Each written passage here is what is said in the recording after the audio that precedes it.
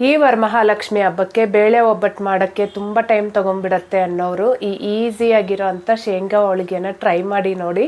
ಇದ್ರ ವಿಶೇಷ ಏನಂದರೆ ರುಚಿಯಾಗಿ ಅಷ್ಟೇ ಅಲ್ಲದೆ ಹೆಲ್ದಿಯಾಗೂ ಸಹ ಮಾಡ್ಕೋಬೋದು.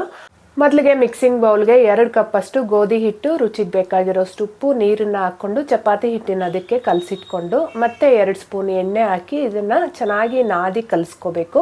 ಚೆನ್ನಾಗಿ ನಾದಿದಷ್ಟು ಹೋಳಿಗೆ ಸಾಫ್ಟಾಗಿ ಬರುತ್ತೆ.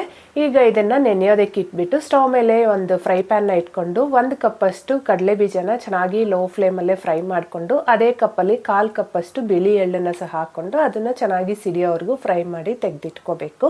ಪೂರ್ತಿ ತಣ್ಣಗಾಗಿರೋಂಥ ಕಡಲೆ ಬೀಜದ ಸಿಪ್ಪೆನ ಬಿಡಿಸಿ ಎಳ್ಳು ಹಾಗೆ ಏಲಕ್ಕಿನ ಹಾಕ್ಕೊಂಡು ಮಿಕ್ಸರ್ ಜಾರಿಗೆ ಹಾಕ್ಕೊಂಡು ಆನ್ ಆಫ್ ಮಾಡ್ಕೊತ ಗ್ರೈಂಡ್ ಮಾಡ್ಕೋಬೇಕು.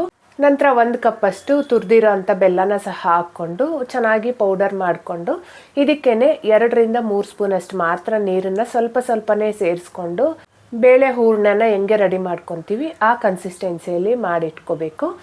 ಈ ಹೋಳಿಗೆ ತಟ್ಕೊಳ್ಳೋದಕ್ಕೆ ನಾನಿಲ್ಲಿ ಆಡಿ ಎಕೋಬೇಕ್ ಶೀಟ್ನ ತೊಗೊತಾ ಇದ್ದೀನಿ. ಅಷ್ಟರಲ್ಲಿ ನಾವು ನೆನೆಸಿಟ್ಟಿರೋ ಗೋಧಿ ಹಿಟ್ಟು ಸಹ ಚೆನ್ನಾಗಿ ನೆಂದಿರುತ್ತೆ. ಈಗ ಸ್ವಲ್ಪ ಹಿಟ್ಟನ್ನು ತಗೊಂಡು ವಿಡಿಯೋದಲ್ಲಿ ತೋರಿಸ್ತಾ ಇರೋ ಥರ ಈ ರೀತಿ ಕಪ್ ಶೇಪಲ್ಲಿ ಮಾಡಿಕೊಂಡು ಹೂರಣನ ಇಟ್ಕೊಂಡು ನೀಟಾಗಿ ಹೊರಗಡೆಗೆ ಏನು ಕಾಣಿಸ್ದಿರ ಈ ರೀತಿ ಕ್ಲೋಸ್ ಮಾಡಿಕೊಂಡ್ರೆ ಆಯಿತು.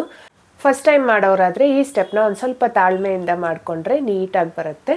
ನಂತರ ಕೈಗೆ ಸ್ವಲ್ಪ ಎಣ್ಣೆ ಅಥವಾ ತುಪ್ಪನ ಸವರ್ಕೊಂಡು ಒಬ್ಬಟ್ಟನ್ನ ಚೆನ್ನಾಗಿ ತಟ್ಕೊಂಡು ಚೆನ್ನಾಗಿ ಕಾದಿರೋ ಹೆಂಚು ಮೇಲೆ ಹಾಕಿ ಮೀಡಿಯಂ ಫ್ಲೇಮಲ್ಲೇ ತುಪ್ಪ ಅಥವಾ ಎಣ್ಣೆ ಹಾಕಿ 2 ಕಡೆ ಬೇಯಿಸ್ಕೊಳ್ಳೋದಷ್ಟೇ.